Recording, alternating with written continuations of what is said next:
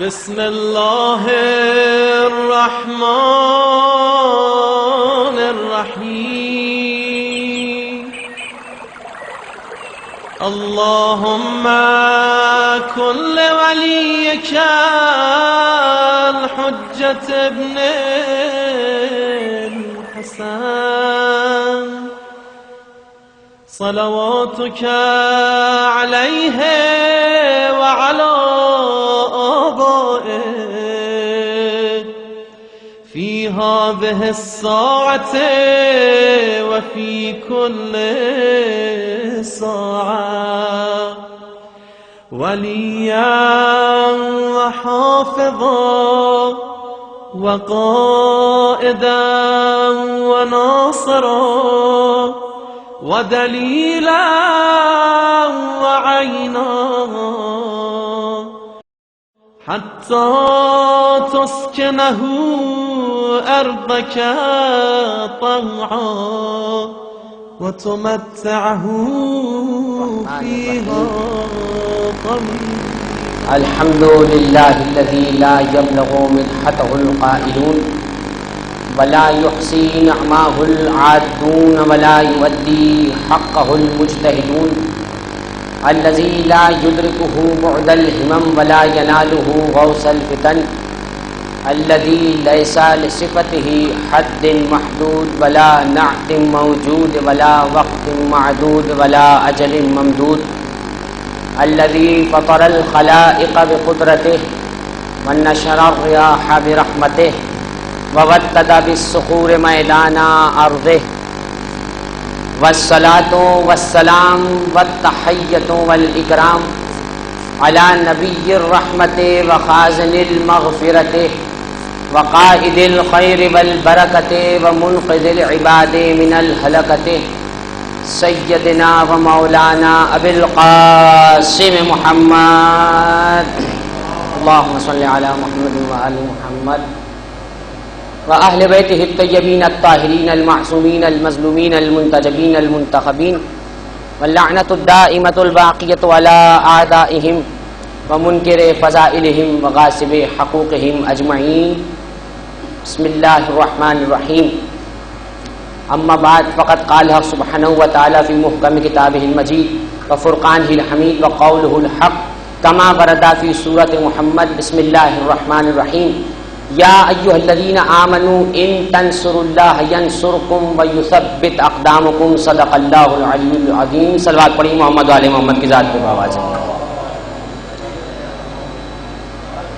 سامعین گرامی قدر، پروردگار عالم کا یہ بہت بڑا لطف و کرم ہے کہ اس نے ہمیں اپنی بنائی ہوئی ان ساعتوں میں سے رمضان المبارک کی یہ ساعتیں عطا کریں، اور اس نے ان راتوں کو نہ صرف ہمیں عطا کیا بلکہ بابرکت بھی بنایا.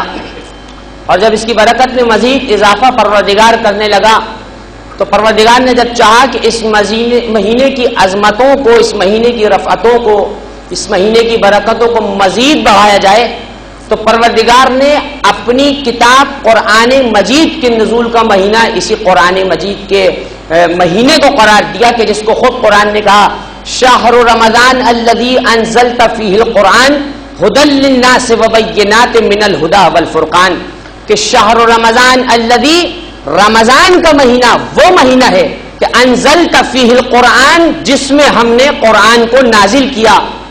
ہم نے اس مہینے کے اندر قرآن کو نازل کر کر اس مہینے کی ایک ایک ساعت کو بابرکت بنا دیا. لیکن اس کے بعد کہا کہ نہیں، ہر ساعت اس ساعت کی برابری نہیں کر سکتی جس لمحے میں قرآن مجید کا نزول ہو رہا ہے. اور ایک مقام پر قرآن نے دوسرے جانب اشارہ کر کر کہا کہ بسم اللہ الرحمن الرحیم انا انزلناہ فی لیلۃ القدر وما ادراک ما لیلۃ القدر لیلۃ القدر خیر من الف شہر تنزل الملائکۃ والروح فیہا بإذن ربهم من كل امر سلام ہی حتی مطلع الفجر، کہ ہم نے اس ذکر کو لیلۃ القدر میں نازل کیا. اور ذہن انسانی میں فوراً سوال پیدا ہوگا کہ یہ لیلۃ القدر کیا ہے؟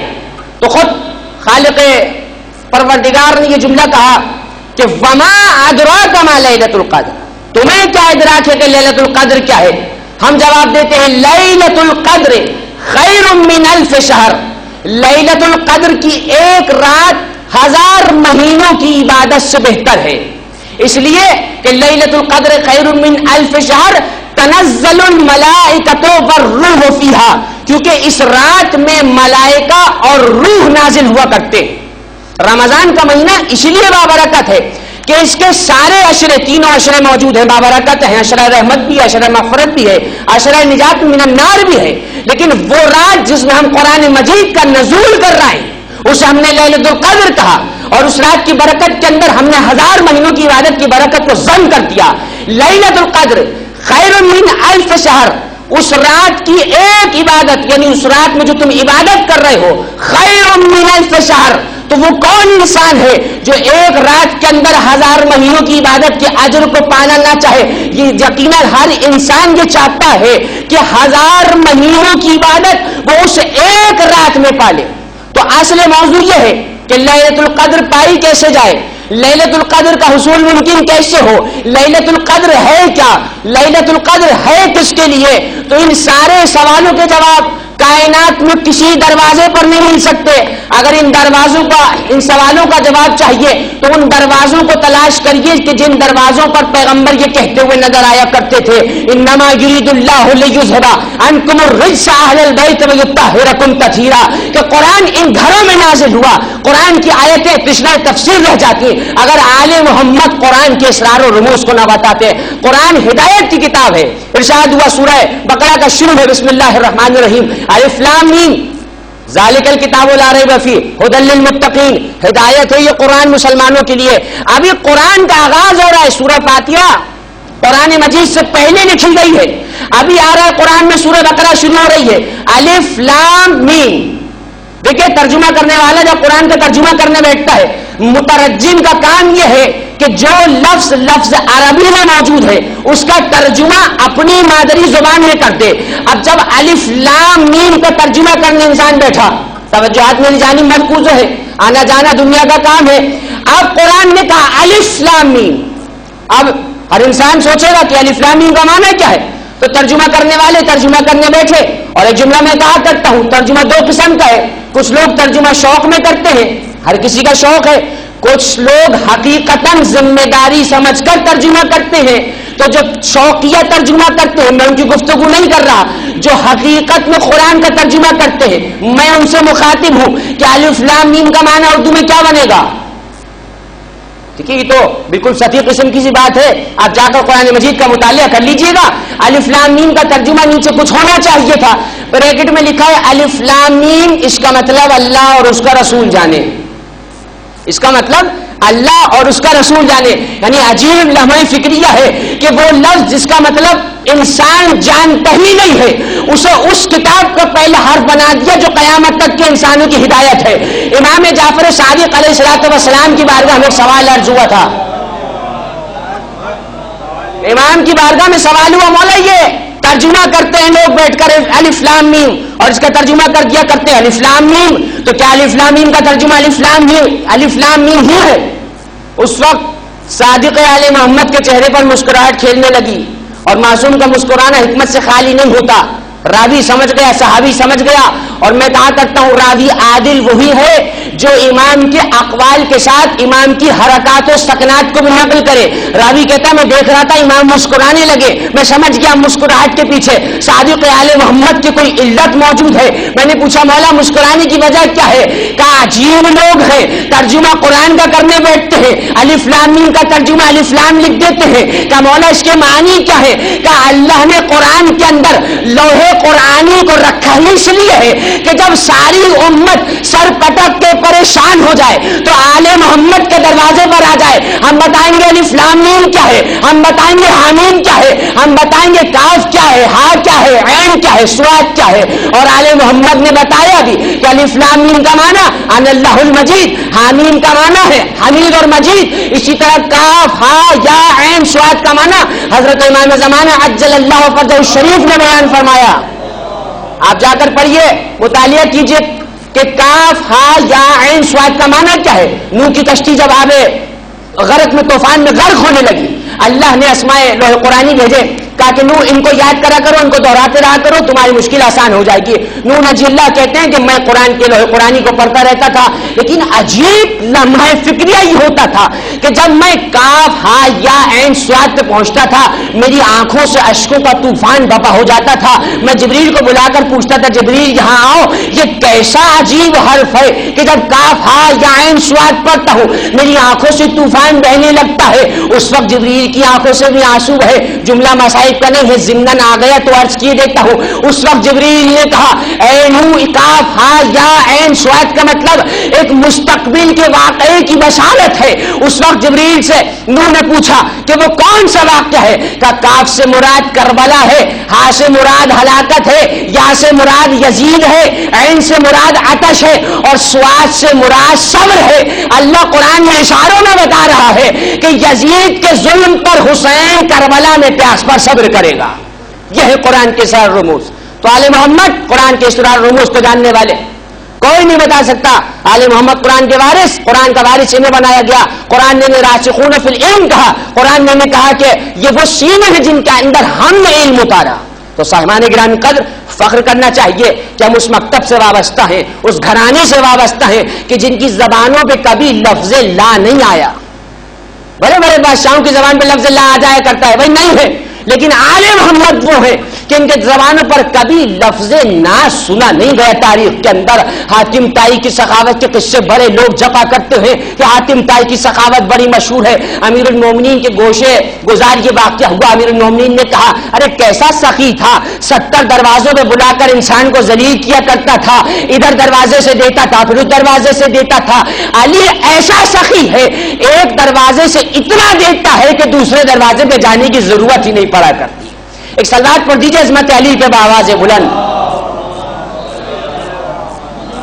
تو یہ وہ رمضان کا مہینہ ہمارے درمیان سے گزر رہا ہے، دیکھنا یہ ہے کون خوش نصیب ہے جو ان ساعتوں کو پاتا ہے، کون ہم میں سے خوش نصیب ہے جو لیلۃ القدر کو پا لیتا ہے، چونکہ لیلۃ القدر وہ ہے خیر من الف شہر۔ اور اب جملہ آ گیا ضمناً، تو پھر عرض کر کے موضوع سے متصل ہو جاؤں بڑی جلدی سے کہ پیغمبر سے ایک صحیح حدیث مروی اور متفق بین الفریقین حدیث ہے، تمام مسلمانوں نے حدیث کو لکھا۔ حضرت ابو ذر غفاری پیغمبر کے جلیل القدر صحابی، راوی کہتا ہے کہ پیغمبر نے فرمایا آسمان نے ابو ذر سے زیادہ سچے پر کبھی سایہ نہیں کیا اور ابو ذر سے زیادہ سچے کو زمین نے کبھی اٹھایا نہیں۔ اس روایت کو جب صادق علیہ محمد کی بارگاہ میں پیش کیا گیا تو پیش کرنے والے نے کہا مولا کیا یہ حدیث پیغمبر صحیح ہے؟ اس وقت فرزند رسول نے کہا ہاں یہ ہمارے جد امجد کی حدیث ہے۔ تو کہا مولا پھر یہ بتائیے اگر ابو ذر سے زیادہ کوئی سچا آسمان اور زمین کے بیچ میں نہیں ہے تو علی ابن ابی طالب کا مرتبہ کہاں ہے، حسن ابن علی کا مرتبہ کہاں ہے، حسین ابن علی کا مرتبہ کہاں ہے، علی ابن حسین کا مرتبہ کہاں ہے، محمد ابن علی کا مرتبہ کہاں ہے؟ آپ میرے آقا و مولا جعفر ابن محمد ہے، آپ کا مقام و مرتبہ کہاں ہے؟ امام پھر لبوں پہ مسکراہٹ لے کر آ گئے کہ سنو ہم تمہیں سمجھاتے ہیں، یہ بتاؤ اسلام کے مہینے کتنے ہیں؟ کہ مولا 12 مہینے ہیں۔ کہ 12 میں حرمت والے کتنے ہیں؟ کہ 4 مہینے ہیں۔ کیا وہ کیا بتاؤ وہ 4 مہینے برابر ہیں؟ کہ مولا نہیں چاروں برابر نہیں ہے۔ کہ بتاؤ ان چاروں میں افضل مہینہ کون سا ہے؟ کہ مولا افضل مہینہ رمضان کا ہے۔ کہ بتاؤ رمضان کی 30 راتیں افضل ہیں؟ کہ نہیں رمضان کی 30 راتیں افضل نہیں ہے۔ کہ بتاؤ کیا آخری کی 10 کی 10 راتیں افضل ہیں؟ کہ نہیں آخری کی 10 کی 10 بھی افضل نہیں ہے۔ ایک رات لیلۃ القدر ہے، اس رات کے برابر نہ کوئی رات ہے، اس رات کے برابر نہ کوئی دن ہے، اس مہینے کے برابر نہ کوئی مہینہ ہے، اس گھڑی کے برابر نہ کوئی گھڑی ہے۔ اس وقت صادق آل محمد نے فضا میں ہاتھ کو بلند کرا اور پنجے کو کھول کے سینے پر رکھ کر کہا ہماری مثال لیلۃ القدر کی طرح ہے۔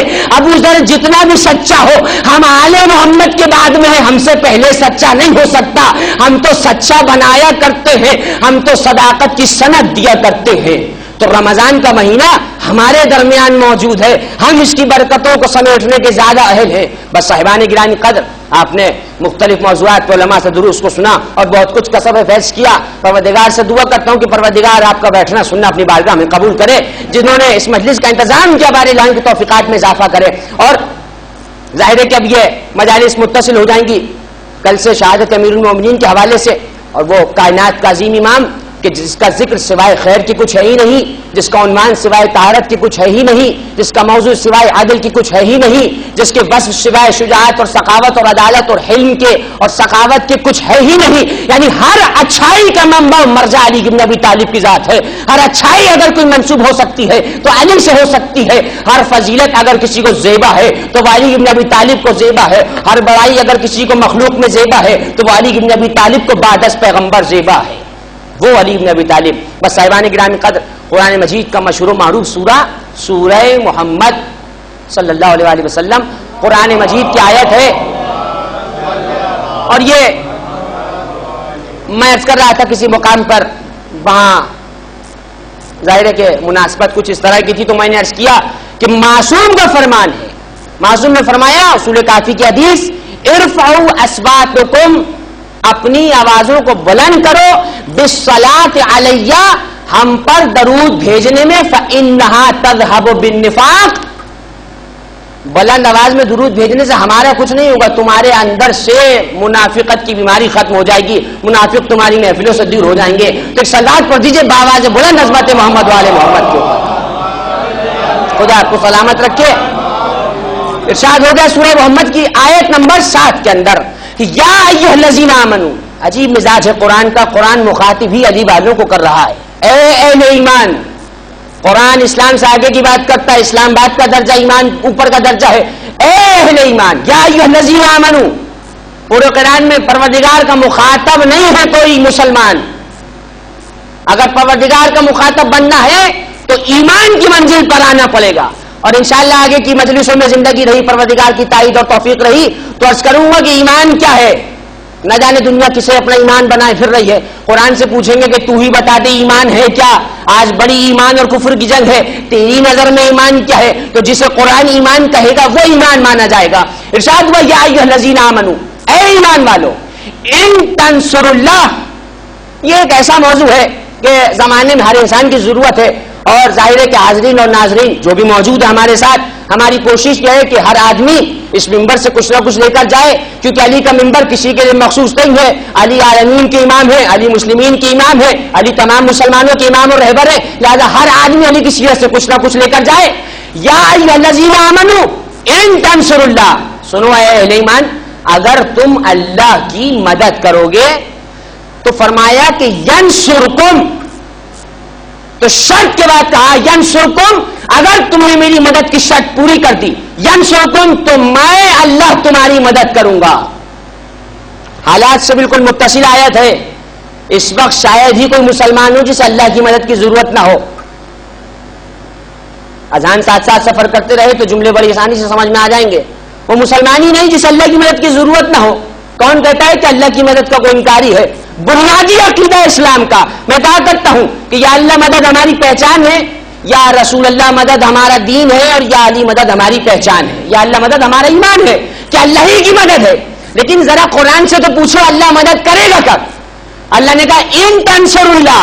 جا کر پڑھیے سورہ محمد آیت نمبر 7 قرآن کے حوالہ، کہ اگر تم اللہ کی مدد کرو گے تو ینصرکم، پھر میں تمہاری مدد کروں گا. اور میں تمہاری مدد کروں گا تو اس کی دلیل کیا ہے؟ وَيُثَبِّتْ أَقْدَامَكُمْ، تمہارے قدموں کو ثابت کر دوں گا.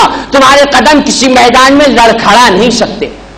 یہ قرآن کی ایک آیت کا مختصر سا جز میں نے آپ کی بارگاہ میں عرض کر دیا کہ یا ایھا الذین آمنوا ان تنصروا اللہ. تو میرا سوال یہ ہے اس بیٹھے ہوئے مجمع سے کہ ان تنصروا اللہ، اللہ کی مدد کرو. مجھے بتائیے کہ کیا اللہ کو ہماری کسی طرح کی مدد کی ضرورت ہے؟ یہ بنیادی سے سوال ہے. ہر آدمی کے ذہن میں جواب ہے کہ جی نہیں، اللہ کو مدد کی ضرورت نہیں ہے. جو مدد کی ضرورت رکھتا ہو وہ محتاج ہے، جو محتاج ہے وہ خدا نہیں ہوتا. بڑی آسان سی بات ہے. اللہ کو مدد کی ضرورت نہیں، لیکن سوال تو اپنی جگہ میرا موجود ہے. اللہ نے کہا ان تنصروا اللہ. یہ کوئی روایت نہیں ہے کہ جو آپ اشکال کر سکے، آیت ہے قرآن کی. اگر میری مدد کرو گے تو میں تمہاری مدد کروں گا. تو اب سوال پیدا ہوتا ہے کہ اللہ کی مدد ہے کیا؟ وہ کون سی مدد ہے جو اللہ مانگ رہا ہے؟ تو پھر جواب عرض کیے دیتا ہوں. دو طرح کی مدد ہوا کرتی ہے. مدد یا جان سے ہوتی ہے یا مال سے ہوتی ہے. مجھے کائنات میں اس جان کا نام بتاؤ جو اللہ کی مدد کر سکے. مجھے کائنات میں اتنا مال بتاؤ جو اللہ کی مدد کر سکے، تو یقیناً جواب آپ کے پاس سے پلٹ کر آئے گا کہ کائنات میں کوئی نفس ایسا نہیں جو اللہ کی مدد کر سکے، کائنات میں کوئی مال ایسا نہیں جو اللہ کی مدد کر سکے. کیوں؟ کیونکہ نہ اللہ کی ذات کبھی خطرے میں پڑ سکتی ہے، نہ اللہ کے خزانے کبھی خطرے میں پڑ سکتے ہیں. تو آیت تو پھر جگہ پر موجود ہے، میری مدد کرو پھر تمہاری مدد کروں گا. بارے تو اس مسئلے کو آسان کر دے، آخر تیری مدد ہے کیا؟ ہم اس وقت تیری بارگاہ میں موجود ہیں. پروردگار تو مسلمانوں کے حال پہ رحم کر، ہمارے ملک کے حالات پہ رحم کر، ہمیں اپنی مدد دے. لیکن آیت کہہ رہی ہے نہیں، مدد ایسے نہیں ملے گی، پہلے ہماری مدد کرو پھر ہماری مدد تمہیں ملے گی. آج مجھے نہیں معلوم کہ دنیا اللہ سے مدد ڈائریکٹ مانگ رہی ہے. پہلے آیت ذرا پڑھ لی ہوتی، اللہ اپنی مدد پہلے مانگ رہا ہے، پہلے میری مدد کرو پھر میں تمہاری مدد کروں گا. آپ قیامت تک کہتے رہیے اللہ سے مدد کر مدد کر، لیکن آپ یہ طے کر لیں کہ ہم اللہ کی مدد نہیں کریں گے، تو میں لکھ کر دینے کو تیار ہوں کہ اللہ بھی آپ کی مدد نہیں کرے گا، کیونکہ اللہ شرط لگا چکا، ان تنصر اللہ، اگر میری مدد کی. پروردگار تیری مدد کیسے ہوگی؟ کہ سنو، ہم نے کتابیں نازل کری، ہم نے زبور نازل کری. دیکھو زبور نازل ہوئی داؤد کے اوپر، دیکھو مانا ہماری ذات کو خطرہ نہیں ہے، لیکن ہم نے توریت نازل کری ہے موسیٰ کے اوپر، تو دیکھو موسیٰ کی جان کو خطرہ ہو سکتا ہے. ہم نے انجیل نازل کری ہے عیسیٰ کے اوپر، عیسیٰ کی جان کو تو خطرہ ہو سکتا ہے. ہم نے زبور نازل کری ہے داؤد کے اوپر، داؤد کی جان کو خطرہ ہو سکتا ہے. اور اب جملہ بڑھ کر عرض کر دوں، ہم نے قرآن نازل کرا محمد پر، محمد کی جان کو خطرہ ہو سکتا ہے. تو اب جو زبور کے ساتھ داؤد کو بچا لے، اب مجھے کہنے کا حق ہے کہ اس نے خالی زبور اور داؤد کو نہیں بچایا، اس نے آیت کی روح سے اللہ کی مدد کری. جس نے عیسیٰ کو انجیل کے ساتھ بچایا، اس نے خالی عیسیٰ کی اور انجیل کی مدد نہیں کری، اس نے اللہ کی مدد کری ہے.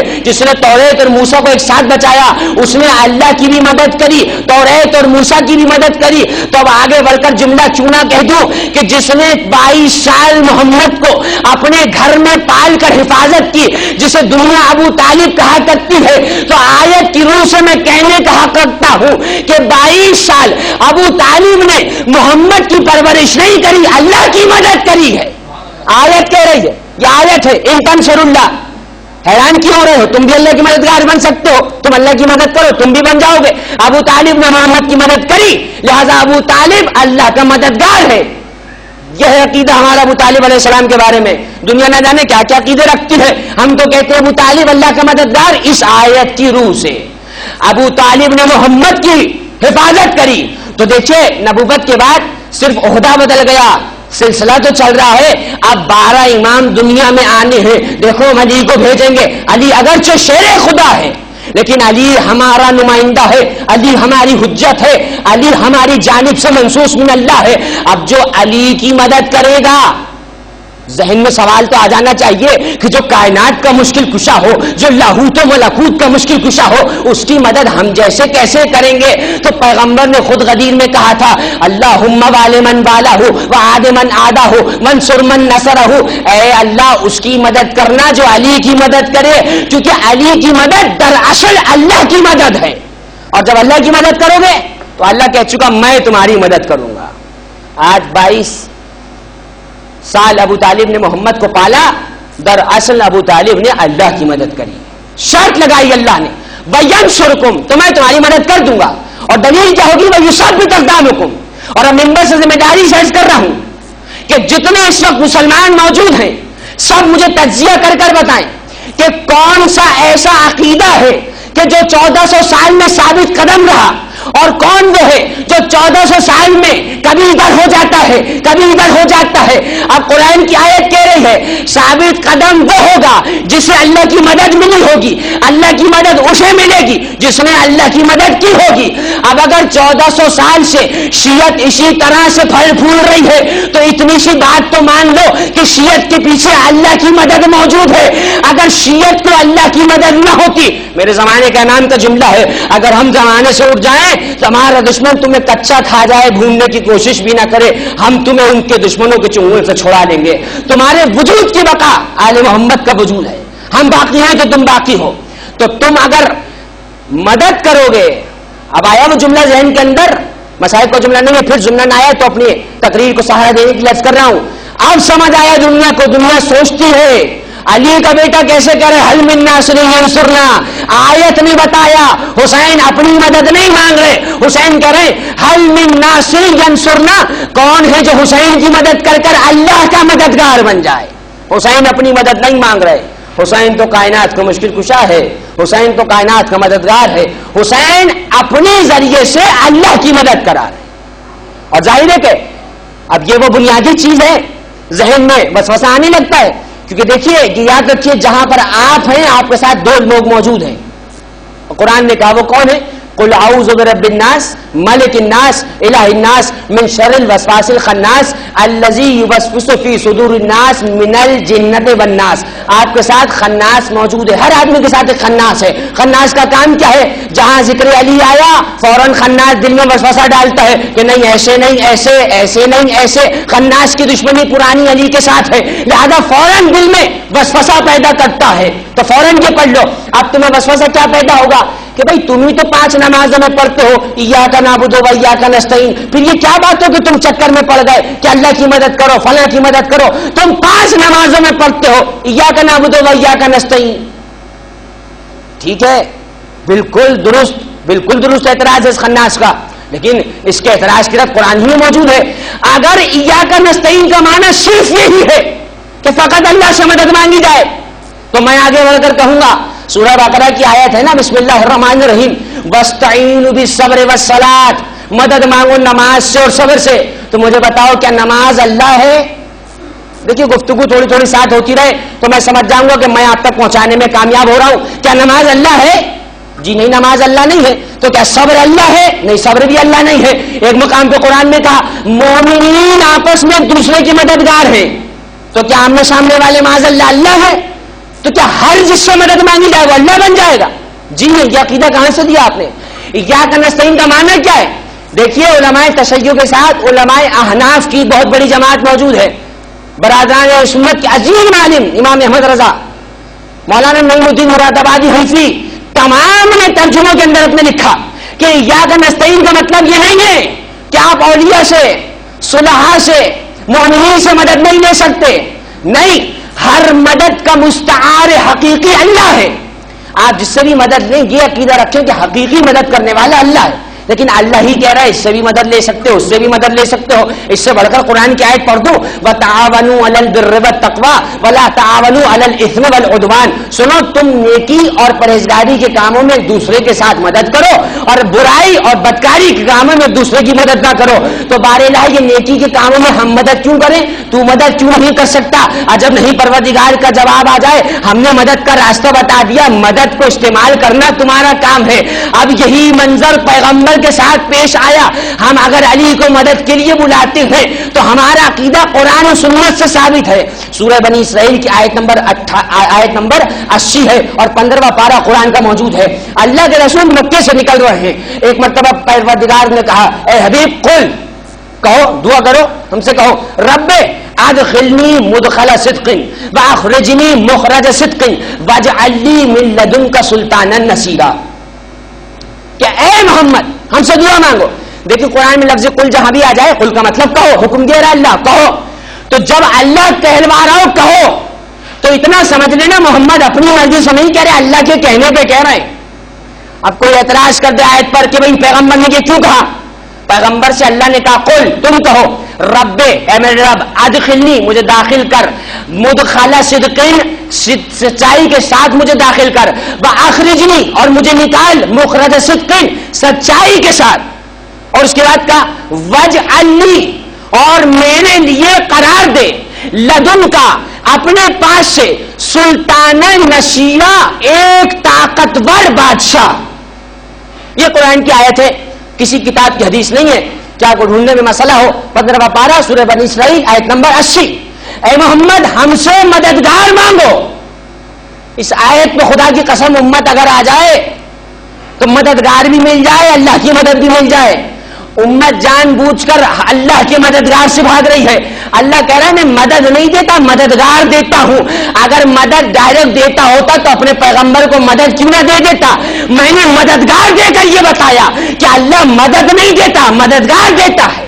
سورہ بنی اسرائیل کہو وجعل لی، میرے لیے قرار دے، من لدن کا سلطان النصیرہ، ایک طاقتور بادشاہ. اور اب مختصر عرض کر ناصر اور نصیر کا فرق، اور پھر میں موضوع سے متصل آگے ہو جاؤں دوبارہ. لفظ ناصر کا معنی بھی مدد کرنے والا، نصیر کا معنی بھی مدد کرنے والا، دونوں کے معنی یہی ہے. سوال پیدا ہوتا ہے کہ اگر دونوں کے معنی ایک ہیں تو اللہ نے یہ کیوں نہ کہا وجعل لی من لدن کا سلطان الناصرہ؟ یہ کیوں کہا سلطان النصیرہ؟ تو صرف ایک جملے میں فرق سمجھتے جائیے، مجھ سے بہتر جاننے والے موجود ہیں میرے سامنے اس وقت. سلطان النصیرہ کیوں کہا؟ دیکھو ناصر اور نصیر کا فرق ہے. ناصر کا مطلب ایک بار مدد کری، مدد ختم ہو گئی، رک گیا. نصیر کا مطلب جب تک رہے گا مدد کرتا رہے گا. آپ سمجھیے پیغمبر نے کیا کہا؟ ایسا مددگار نہ دے جو جنگ جتوائے اور چلا جائے، ایسا دے جو میرے ساتھ جنگ میں بھی ہو، امن میں بھی ہو، زمین پر بھی ہو، غار میں بھی ہو، بستر میں بھی ہو، ہر جگہ میرے ساتھ ساتھ رہے. میں اگر مباہلے میں ہوں تو وہ مباہلے میں ہو، میں اگر چادر تطہیر میں ہوں تو وہ چادر تطہیر میں ہو، میں اگر معراج کی رات ہوں تو وہ معراج کی رات بھی موجود ہو. جدھر جدھر محمد ہو ادھر ادھر علی ہو. تب آپ اگر کر لیجیے لاکھ کوشش پیغمبر کو علی سے جدا کر لیجیے، آپ پیغمبر کو علی سے جدا نہیں کر سکتے. پیغمبر فرما چکے یا علی جس نے تجھے اور مجھے جدا کیا فلیس منی، وہ میری امت میں سے نہیں ہوگا، وہ ہو ہی نہیں سکتا میری امت کے اندر سے. مجھے طاقتور بادشاہ دے. تو علی ناصر نہیں ہے، علی نصیر ہے. نصیر کا مطلب جس کی مدد قیامت تک چلتی رہے. کہ جملہ جیسے آپ نے سنا ہی ایسے سننے کا جملہ نہیں تھا، میں نے کہا جس کی مدد قیامت تک چلے. اب سمجھ آیا دنیا کو کہ بھائی علی کو آپ کیوں پکارتے ہیں مدد کے لیے؟ علی تو 40 ہجری میں دنیا سے جا چکے، علی 40 ہجری میں دنیا سے جا چکے. ارے کیسے جا چکے؟ قرآن کہہ رہا تھا ایسا بادشاہ عطا کرو مددگار جس کی مدد چلتی رہے. اب سمجھ آیا ادھر ٹھوکر لگتی ہے، ادھر شاہ نجف مشکل کشا ہماری مشکل فرما دیا کرتے ہیں. اب اس معاملے میں تمہیں پڑھنے کی ضرورت نہیں ہے، وہ مدد کیسے کرتے ہیں کیسے نہیں کرتے وہ مشکل کشا جانے اور خود مشکل جانے. ایک سلوات پڑھیے عظمت آل محمد کے باواز بلند.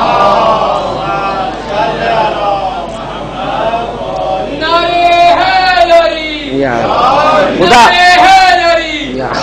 تمہاری آوازوں پہ خدا رحم کرے. روایات میں آیا اور لکھا مشارق الانوار الیقین علامہ رجب برسی ہلی رحمہ اللہ نے، جو علامہ ہلی کے معاصرین میں سے شیخ رجب برسی نے لکھا کہ جس زمین پر ایک مرتبہ ذکر علی ہو، ایک مرتبہ کی بات کر رہا ہوں، آپ کتنے خوش نصیب ہیں پہلی رمضان سے ذکر سن رہے ہیں.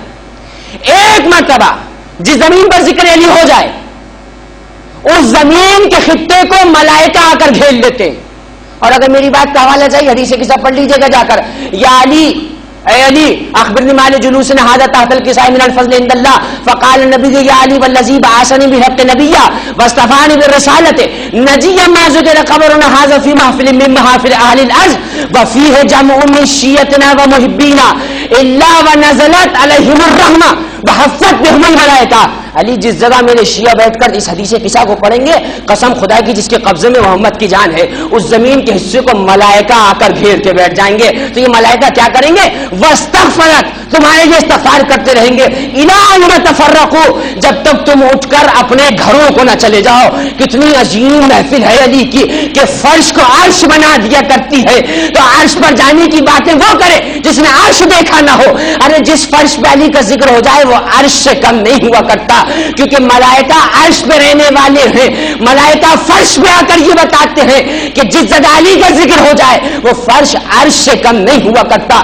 شیخ رجب برسی ہلی نے لکھا کہ فرشتے آتے ہیں اس جگہ پہ بیٹھ کے دیکھتے ہیں کون کون علی کے ذکر کو سن رہا ہے. اور جب مجلس ختم ہوتی ہے تو شیخ رجب برسی نے لکھا وہ فرشتے تیزی سے دوڑتے ہیں، اپنے پروں کو ان کے جسم سے مس کر کے آسمان کی جانب پرواز کرتے ہیں. ابھی جیسے ہی آسمان اول میں داخل ہوتے ہیں فرشتے پوچھتے ہیں کہ بڑی تیز خوشبو آ رہی ہے، یہ تو بتاؤ کہاں سے آ رہے ہو؟ فرشتے کہتے زمین پہ علی کا ذکر ہو رہا تھا. اس وقت فرشتے کہتے جلدی بتاؤ ذکر ہو چکا یا ختم ہو گیا یا چل رہا ہے؟ اس وقت فرشتے کہتے ہیں ذکر علی ختم ہو چکا. اس وقت فرشتے پروردگار سے کہتے بار الہا وہ مومنین تو اب جا چکے، ہمیں اجازت دے اس جگہ پہ جا کے پروں کو مس کر آ جائیں جس جگہ پہ بیٹھ کر تیرے ولی کا ذکر ہو رہا تھا. یہ علی کا ذکر ہے کہ جو عبادت کا درجہ رکھتا ہے، کسی کا ذکر عبادت کا درجہ نہیں رکھتا. تو ایک ایسا طاقتور بادشاہ دے جس کی مدد چلتی رہے. تو یہ تو ذہن میں بات آ جائے گی کہ ٹھیک ہے علی کی شہادت کے بعد سے ٹھیک ہے اب تک چل رہی ہے مدد علی کی، علی شہید ہے، علی زندہ ہے. نہیں، میں اس سے پہلے کی بات کر رہا ہوں، اس سے پہلے کی بات کر رہا ہوں. علامہ عقائد دربندی علیہ الرحمہ اکابر علماء تشیع میں سے ہے. اسرار شہادت آپ کی مقتل پہ بے نظیر کتاب موجود ہے فارسی میں جس کا اردو میں ترجمہ ہوا. عقائد دربندی نے لکھا کہ ضروریات مذہب شیعہ میں سے ہے، یعنی ضروری ہے شیعہ کے لیے کہ وہ یہ بات مانے کہ علی جس طرح دنیا سے جانے کے بعد طاقت رکھتے ہیں، علی دنیا میں آنے سے پہلے بھی ایسی طاقت رکھتے تھے. یہ عقیدہ رکھو شیعہ ہو تو کہ علی مددگار ہے سب کے. کیوں؟ اور اب پھر پڑھ دوں آیت قرآن کی تاکہ ذہن میں کوئی اشکال نہ ہو، یہ خناس کسی کو بہکا نہ پائے. سورہ حدید قرآن مجید کا سورہ، ارشاد ہوا آیت نمبر 25 کے اندر، بسم اللہ الرحمن الرحیم، وَأَنزَلْنَا الْحَدِيدَ مِنَ السَّمَاءِ، ہم نے آسمان سے ایک خاص لوہے کو نازل کیا، وَفِيهِ بَأْسٌ شَدِيدٌ وَمَنَافِعُ لِلنَّاسِ، اس لوہے کا کمال یہ ہے کہ اس میں خوف بھی ہے اور لوگوں کے لیے فائدہ بھی ہے. مجھے نہیں معلوم کتنے ذہنوں میں وہ نام آ گیا، وہ کون سا لوہا ہے جو آسمان سے اترا، اس میں خوف بھی ہے، لوگوں کے لیے منافع بھی ہے. جس کے ذہن میں آ گیا اسے مبارک ہو، جسے نہیں آیا توجہ سے سنیں. شاہ نجف کی جانب لوگ لگائے، یعنی بتائیے وہ کون سا لوہا ہے؟ ارے کائنات میں ایک ہی تو لوہا ہے جو آسمان سے جنگ احد میں نازل علی کے لیے ہوا. اللہ نے کہا وَأَنزَلْنَا الْحَدِيدَ مِنَ السَّمَاءِ، ہم نے علی کی تلوار کو آسمان سے نازل کیا، وَفِيهِ بَأْسٌ شَدِيدٌ، اس میں خوف بھی ہے. اچھا خوف کس کے لیے؟ مومنوں کے لیے نہیں ہے، منافقوں کے لیے، کافروں کے لیے، مشرکین کے لیے، اللہ کے دشمنوں کے لیے، محمد کے گستاخوں کے لیے. وَفِيهِ بَأْسٌ شَدِيدٌ، خوف ہے. وَمَنَافِعُ لِلنَّاسِ، کوئی کہہ سکتا ہے کہ بھائی لوہے کی تلوار کیا فائدہ دے سکتی ہے، لیکن جو خیبر پڑھ لے گا نا وہ یہ نہیں بولے گا. جو خیبر پڑھ لے گا وہ یہ نہیں بول سکتا کہ لوہے کی تلوار کیا کر سکتی ہے. خیبر پڑھنے کے بعد پھر وہ یہ بولے گا کہ بھائی علی کی تلوار کیا کیا نہیں کر سکتی ہے. علی کی تلوار نے خیبر میں نہ جانے کتنوں کو دولت عطا کر دی، بڑے بڑے لوگ مالدان بن گئے، جن کے پاس صبح کے بعد شام کو کھانے کو نہیں ہوتا تھا وہ صدقے کیا کرتے ہیں مدینے کے اندر. وَفِيهِ بَأْسٌ شَدِيدٌ وَمَنَافِعُ لِلنَّاسِ. میں جملہ عرض کر رہا ہوں کہ علی دنیا میں آنے سے پہلے کیا اقتدار رکھتے ہیں. سورہ حدید کی آیت نمبر 25 کے اگلے ٹکڑے میں کہا کہ اللہ نے یہ جو سلسلہ قائم کرا، فرمایا کہ وَلِيَعْلَمَ اللَّهُ، ہم نے یہ بات اس لیے بتائی تمہیں تاکہ اللہ جان لے وَمَن يَنصُرُهُ وَرُسُلُهُ، کہ کون ہے جو اس کی اور اس کے رسولوں کی مدد کرتا ہے بالغیب، غیب میں چھپ کر. پھر سنیے آیت، اللہ نے یہ تلوار اس لیے نازل کری وَلِيَعْلَمَ اللَّهُ، تاکہ اللہ جان لے، پتہ لگائے کیا کہ وَمَن يَنصُرُهُ، کون اللہ کی مدد کرتا ہے، وَرُسُلُهُ، جملہ سنیے، خالی اللہ کی مدد نہیں کر رہا وہ چھپ کر، رسولوں کی مدد بھی کر رہا ہے بالغیب، غیب میں چھپ کر. خدا کی قسم قیامت کی صبح ہو جاتی، اس آیت کا جواب ڈھونڈ کے نہیں لا سکتے تھے مسلمان، اس آدمی کا نام نہیں بتا سکتے تھے جس نے چھپ کے اللہ کی بھی مدد کری، رسولوں کی بھی مدد کری. میرے سلام ہو شاہ نجف مولا مشکل کشا کی ذات برکت پر. علی منبر کوفہ پر سوار ہوئے، ایک مرتبہ علی اپنی فضیلتیں بیان کر رہے تھے. علی نے فضیلتیں بیان کرتے کرتے کہا، اور اس روایت کو بھی شیخ رجب برسی نے اپنی کتاب میں لکھا، علی نے اپنی فضیلت بیان کرتے کرتے کہا نصرت مع الانبیاء سرا ونصرت مع محمدا جہرا، میں علی وہ ہوں جس نے چھپ کر سارے نبیوں کی مدد کری اور جس نے کھل کے محمد کی مدد کری. اب علی نے بتا دیا کہ آیت قرآن کی کیا بتا رہی ہے. علی ابن ابی طالب وہ ہے جس نے چھپ کے آدم کی بھی مدد کری ہے، ابراہیم کی بھی مدد کری ہے، موسیٰ کی بھی مدد کری ہے، عیسیٰ کی بھی مدد کری ہے، نوح کی بھی مدد کی ہے. ارے مجھے سمجھ نہیں آتا جو آدم سے لے کر خاتم تک کا مددگار بن جائے، جو خاتم سے لے کر خاتم کے دور تک کے لوگوں کا مددگار بن جائے، اسے ہم مدد کے لیے بلا لیں تو بدعت کس کتاب میں لکھا ہے؟ ایک سلوات پڑھی عظمت باوالی بابا سے بلند محمد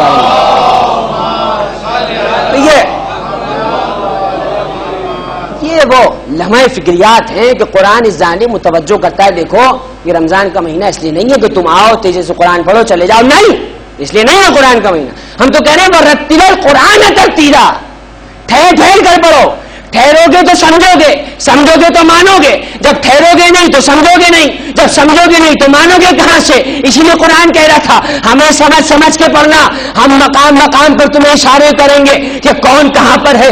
ارے پورا قرآن علی کی شان بیان کر رہا ہے، پورا قرآن حسن کی شان بیان کر رہا ہے، پورا قرآن سیدہ کے فضیلتوں کو بتا رہا ہے، پورا قرآن علی کے دشمنوں کی مذمت کر رہا ہے۔ عجیب کتاب ہے، کلام اللہ کا ہے، فضائل علی کو بیان کر رہا ہے۔ تو میں جملہ معترضہ کہا کرتا ہوں جسے علی کی فضیلت اچھی نہیں لگتی ذرا سوچ کے اعتراض کرا کرے، کیونکہ 300 آیتیں قرآن میں ایسی ہیں جو سوائے علی کے کسی کے لیے نازل نہیں ہوئی۔ 300 آیتیں قرآن کی ایک آیت کا انکار کرنے والا کافر ہے، 300 کو نکالنے والا کیا بن جائے گا؟ سلوات پڑھیے بآواز بلند محمد والے محمد کی ذات پر۔ یہ وہ لمحہ فکریہ ہے۔ میں ایک مقام پہ مجلس پڑھ رہا تھا، ظاہر ہے کہ گرمی شدید تھی، گرمیوں کا مہینہ تھا، غالباً محرم ہی کے دن تھے، شدید دھوپ، اور اب اندرون سندھ میں یہ ہے کہ یہ انتظامات بھی نہیں ہوتے، کھلا میدان ہے، غربت ہے، لوگ بیٹھے، مجلس ہو رہی تھی تو ایک مومن نے نعرہ لگایا بآواز بلند، یقین کریے میں نے مجلس کے اترنے کے بعد تک اسے دعا دی کہ تو نے نعرہ لگایا، مجھے پروردگار نے سانس لینے کا موقع دے دیا، اسی لیے تو علی سے محبت کرتے ہیں کہ علی کا نام ہماری سانسوں کو چلایا کرتا ہے، ادھر علی کا نام بلند ہوتا ہے، ہمیں سانس لینے کا موقع مل جایا کرتا ہے، تو بھائی سانسیں اور دھڑکنیں چلنی چاہیے علی کے نام سے، تبھی تم کہلاؤ گے اللہ کے حقیقی بندے۔ کیوں؟ یہ عرض کروں گا، تفصیلیں پھر اگلی مجلس میں آ جائیں گی۔ بس عزیزو، حالات امت مسلمہ کے کیا ہیں کہ سب متحد ہو جائیں، سب متفق ہو جائیں، سب آ جائیں اس جملے پر۔ قرآن نے خود کہا یا اہل الکتاب، اہل کتاب تعالوا الی کلمۃ سواء بیننا و بینکم، کہ چھوڑو جھگڑے کی باتیں، ان باتوں پر آ جاؤ جو تم محرم میں ایک ہیں، ہمارا اللہ بھی ایک، ہمارا قرآن بھی ایک، پیغمبر بھی ایک، ہمارا مقصد بھی ایک ہے کہ ہم پروردگار کو راضی کر لیں۔ اور پھر یہ جملہ میں نے چھوڑا اگلے موضوع کے لیے، عرض کروں گا کہ اللہ راضی ہوگا کیسے؟ دیکھیے آپ اگر راضی کرنے میں لگے رہے اپنے طریقے سے، قیامت میں معلوم ہو اللہ تو راضی ہوا ہی نہیں، تو اب آپ کی مرضی تو نہیں چلے گی کہ بھائی دوبارہ دنیا میں بھیج دیا جائے اب ہم تمہیں راضی کر لیں گے، نہیں، دنیا میں ڈھونڈ لو اللہ راضی ہوتا کیسے ہے، یہ عرض کیا جائے گا۔ بس عزیزو، یہ جو امت مسلمہ کا حال ہے، اب مقامات مقدسہ بھی محفوظ نہیں ہے۔ اسلام نے تو اتنا احترام بتایا تھا، لیکن افسوس ہے، المیہ ہے کہ وہ ذوات مقدسہ جن کا خون اسلام کی رگوں میں دوڑ رہا ہے، وہ ذوات مقدسہ جن کا احسان صبح قیامت تک امت مسلمہ ادا کر ہی نہیں سکتی، اب ان کے مقابر مقدسہ کے ساتھ کہ ظلم ہو رہا ہے کہ ان کو شہید کیا جاتا ہے، اور ظلم بر ظلم یہ ہے کہ کہیں سے کوئی آواز نہیں اٹھتی۔ مصلحتیں ہیں، اپنے اپنے معاملات ہیں، لیکن خدا کی قسم آیت سے مربوط ہو جاؤں اور پھر مسائل پر آ جاؤں۔ اللہ کہہ رہا تھا جس نے میری مدد کری اس کی مدد میں کروں گا۔ مجھے بتاؤ حسین نے کربلا میں اللہ کی مدد کری، مجھے کربلا میں اس ہستی کا نام بتاؤ جس نے حسین کی مدد کری ہے۔ تو بعد عاشور کربلا میں سوائے زینب علیہ کے کون تھا جس نے حسین کی مدد کری؟ اور کیسے مدد کری؟ کہ شام کے بازاروں میں زینب جا رہی ہیں، زینب گئی اسی لیے شام کے بازاروں میں کہ جب لوگ پتھر ماریں، گریہ بلند ہو، لوگ پوچھیں گے کہ گریہ کس لیے ہے تو ہم بتائیں گے کہ ہم کون ہیں، جب ہم سے پوچھا جائے گا تو ہم بتائیں گے ہمارے ساتھ ظلم کیا ہوا، حسین تیرے خون کی قسم ہے جس جس جگہ جاؤں گی تیری مجلس بپا کرتی چلی جاؤں گی۔ وہ زینب جس نے حسین کی مدد کری بڑی غریب بیوی ہے جس کی ماں کا مزار آج تک ویران ہے۔ مجھے حیرت ہوا کرتی ہے کہ وہ ملک جہاں آج پیغمبر کے قدموں کی بدولت سے خزانے پھوٹ رہے ہیں، اس پیغمبر کی قبر پہ روشن کرنے کے لیے ایک دیا نہیں ہے اس ملک میں، پیغمبر کی قبر ویران ہے۔